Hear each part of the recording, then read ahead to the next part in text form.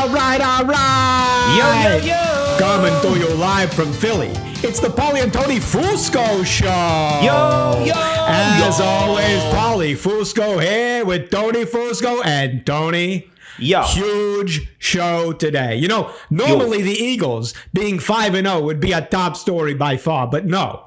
Controversy in the NFL, the refs ruining games with their, as usual, horrible judgment. Terrible. And, you know, on other sports shows, you know, what they do with this topic is they just bitch and moan about it and do nothing. But not on this show. Because as you all know, what we do is we give solutions, right? And we have solutions that are going to fix this whole problem instantly. And you know what we're going to do, Tony? We're going to run them by former Vice President of NFL Officiating, Dean Blandino. And just wait until he gets a load of what we have in store for him, right? Yeah, he's going to be embarrassed that he hadn't thought of all these ideas first. Absolutely. But before we get to that, just quick, some business up top. A word from our good friends at Uber Eats. Do you still go to restaurants? Why? Yeah. Do you like watching other people eat? Are you some kind of food pervert? What's wrong with you? Yeah, eat at home like a normal person. Uber Eats. Okay, now that we got that business out of the way, let's get right into our news with our top story. Top story. Huge crisis in the NFL. The refs continuing to interrupt and ruin the game with their continued poor judgment. And, you know, this past week we saw it twice. Terrible roughing the passer calls. One on Raiders QB Derek Carr and Buccaneers crybaby, quarterback Tom Brady. And Tony, we have simple solutions that are going to fix all of this. Why don't you tell them our first one? Yep. Get ready to have your mind blown. Refs to ref the refs. Another team of refs that sit on the sidelines, and when the ref blows a whistle that they don't like, they blow the whistle on the ref. You know, it's like that famous movie from the 90s. Of course, I'm talking about Internal Affairs. Richard Gere was a police officer, but so was Andy Garcia, who then investigated Richard Gere and brought him to justice.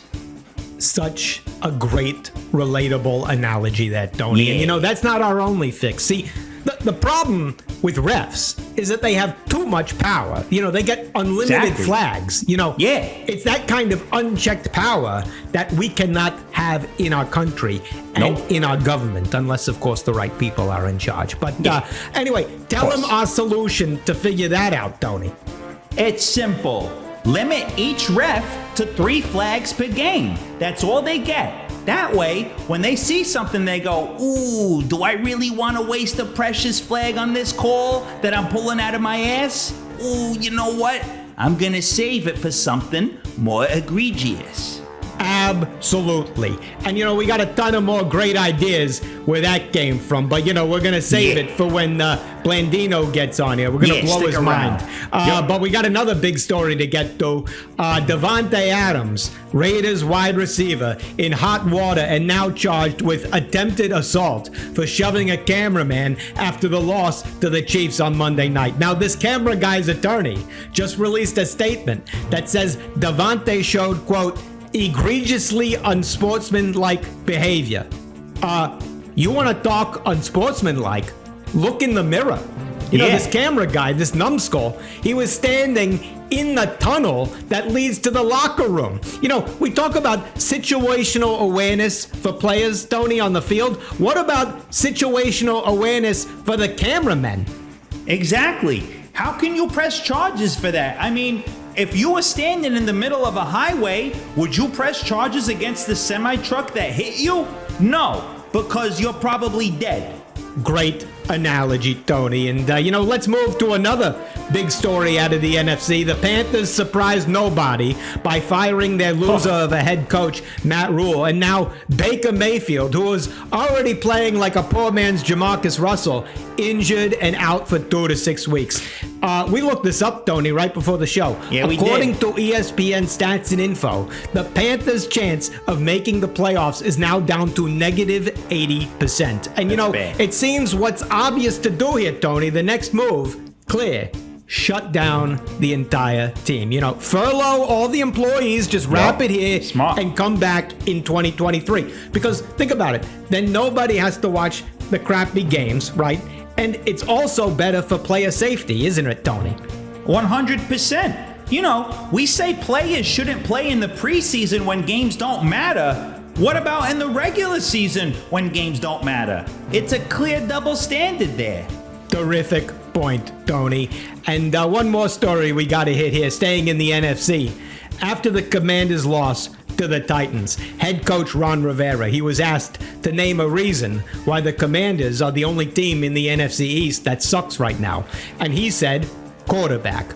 Now, obviously, he was right about that. Yeah, he's totally right on the money. But, feelings got to Carson Wentz. Yeah. He was upset. And, Ron Rivera, class act. Totally. He knew what to do. He apologized to Carson Wentz.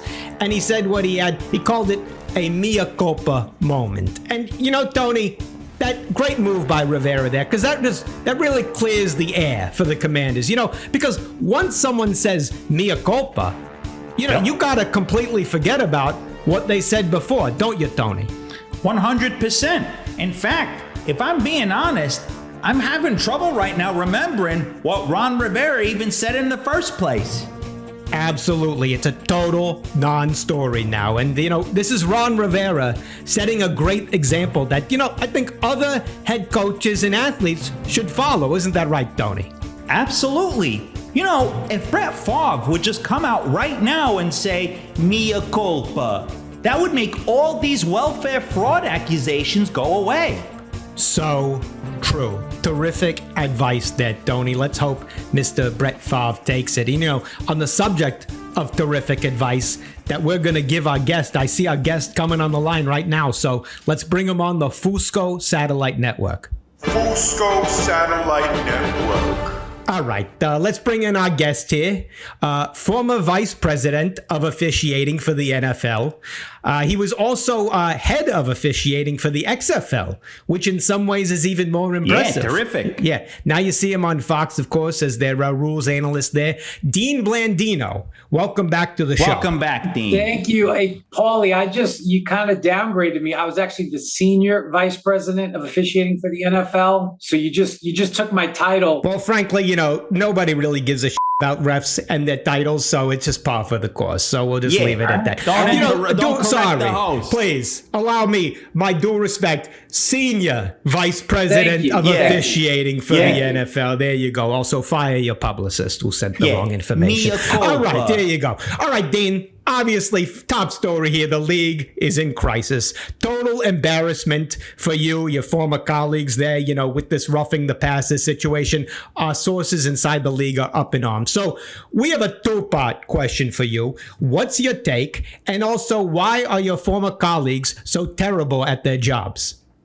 Okay, so my take is roughing the passer. I don't think it's broken. I think that we just had a bad week. It's like sometimes you might have a bad week, right? You have good weeks, you have bad weeks.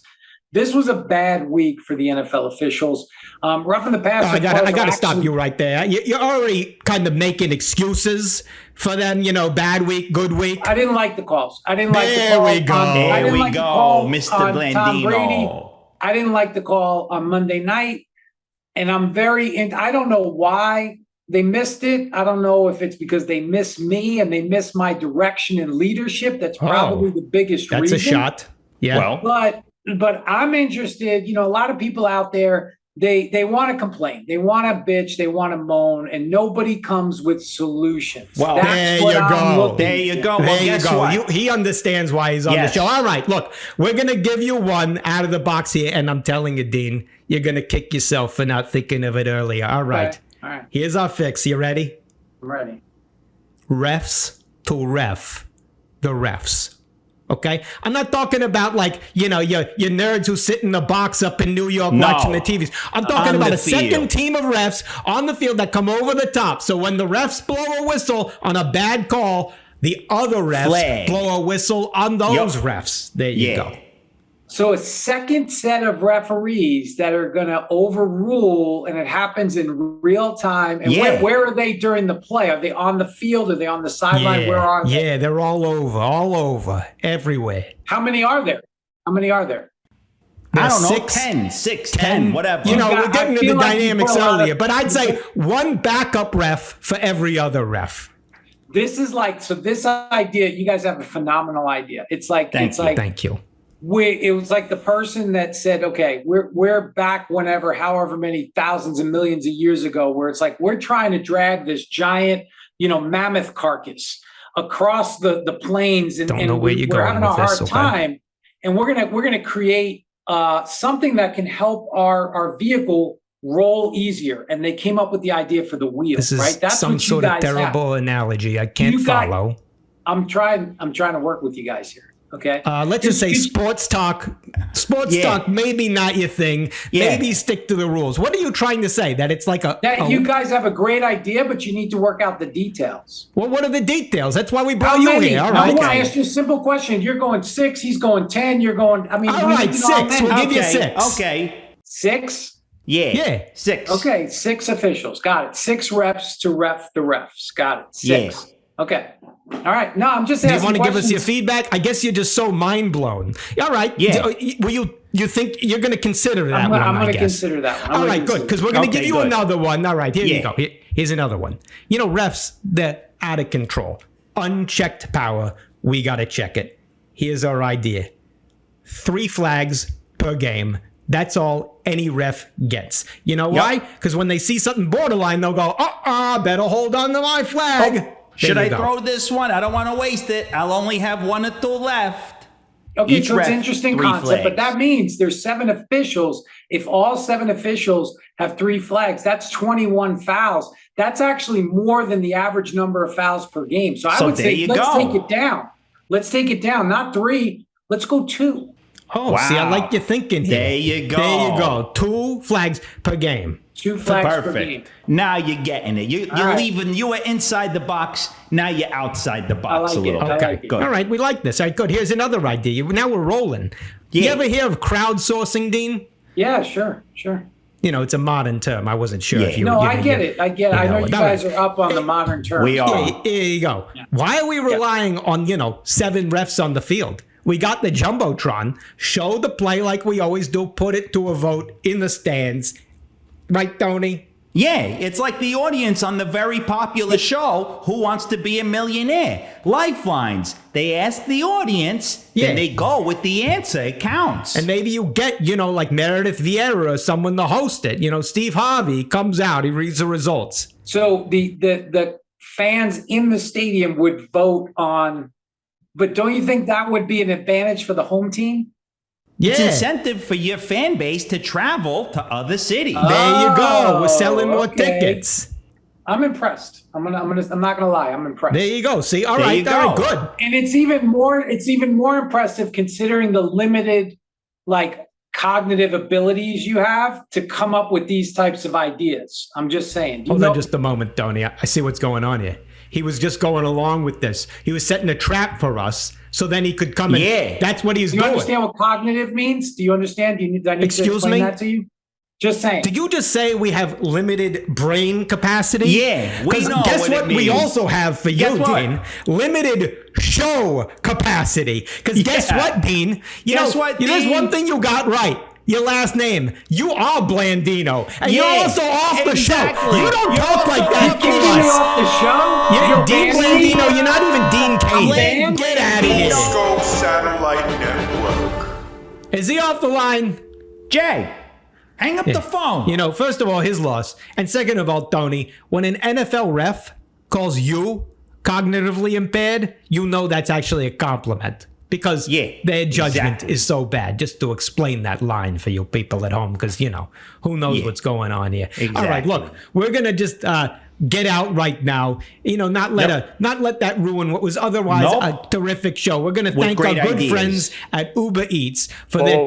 Oh, no. If it isn't the king of bland, producer Jay. Mr. J. Blandino, what?